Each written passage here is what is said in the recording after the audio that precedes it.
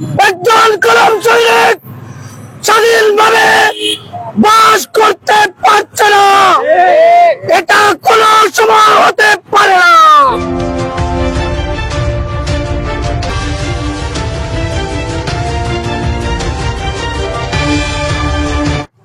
আমাদের প্রিয় সহকর্মী আসাদুজ্জামান তুহিন ভাইকে যারা নির্মমভাবে হত্যা করেছে, জানেন আমরা যেই সিসি ফুটেজটি দেখেছি, তো একটি সর্ষের আগে এটাকে অনেক কঠিনভাবে পর্যবেক্ষণ করতে হয়, এটা সম্পর্কে তদন্ত করতে হয়। এটা না করে জাতীয় গণমাধ্যমে রাজনৈতিক সুলভ স্ট্যাটাস এবং চাঁদাবাজি নামে প্রথমে যেভাবে প্রচার করা হয়েছিল, সাথে সাথে কিন্তু সেটা ভুল হিসেবে কিন্তু পরিচিতি লাভ করে।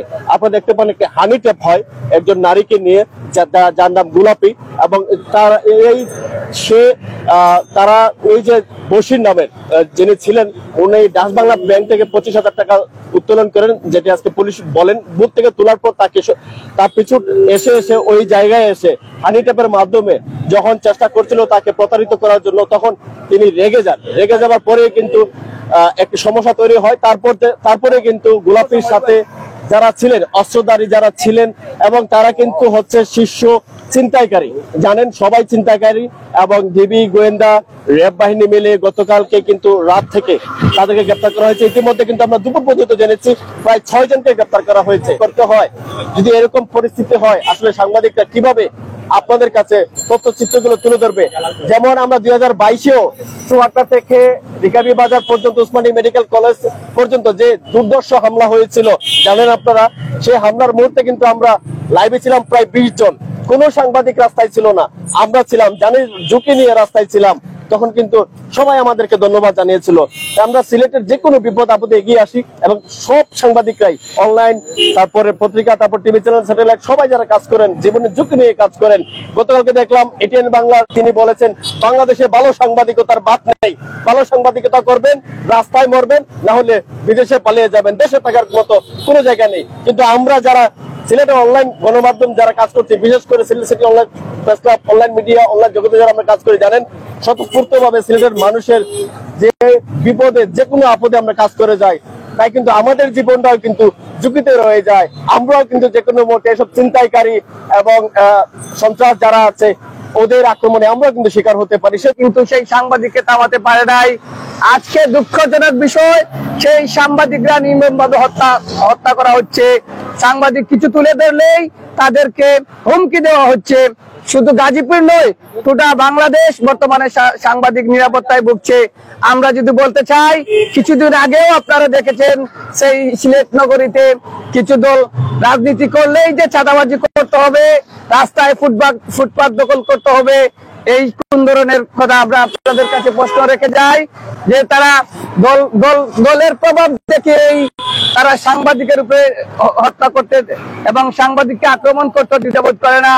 আমরা বলতে চাই আজকের এই মানববন্ধনের মাধ্যমে, আপনারা ভিঙ্গুর বেলায় হাত দিবেন না। সাংবাদিক জাতির বিবেক, আপনি যত বড় দলের নেতাই হন না কেন, অন্যায় করবেন, সেই অন্যায়ের প্রতিবাদে সাংবাদিক রুখে দাঁড়াবে, সাংবাদিকের কলম কখনো থামবে না। আমরা আজকে এখান থেকে হুঁশিয়ার করে দিতে চাই, এই সাংবাদিক নির্মমভাবে হত্যার প্রতিবাদে কিছু সংখ্যক আসামিকে গ্রেপ্তার করা হয়েছে। শুধু গ্রেপ্তার করলে হবে না, এই জাতি অল্প দিনের মধ্যে সেই সাংবাদিক হত্যা করেছে, নির্মমভাবে কোন হত্যা করেছে, তাদের ফাঁসিতে ঝুলিয়ে কার্যক্রম করে দেখাতে হবে এই বাংলাদেশের সাংবাদিকদেরকে। যদি এমনটা না করা থেকে বলে দিচ্ছে, আজকে যদি আরো কোনো আমাদের এই সাংবাদিক ভাইদের উপর এরকম ভাবে কোনো নির্মম ভাবে হত্যা এবং হুমকি দেওয়া হয়, আমরা ঘরে বসে থাকবো না।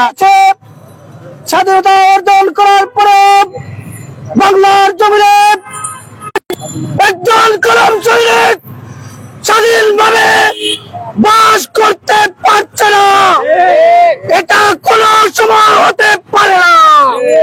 আমরা এই সিলেটের শহীদ মিনার থেকে এবং অনতি বিলম্বে সেই ঘাতক নির্মম হত্যাকারীদের দৃষ্টান্তমূলক শাস্তির দাবি জানাচ্ছে।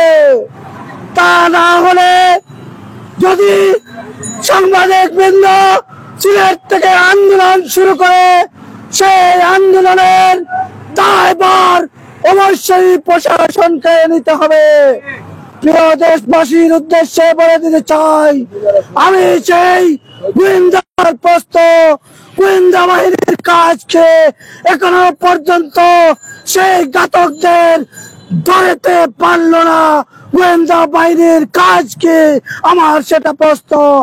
এই আবেদনকারীদের ধন্যবাদ জ্ঞাপন করছে। আগামীতে সকল কর্মসূচিতে আমাদের স্বতঃস্ফূর্ত অংশগ্রহণ থাকবে। সবাইকে ধন্যবাদ।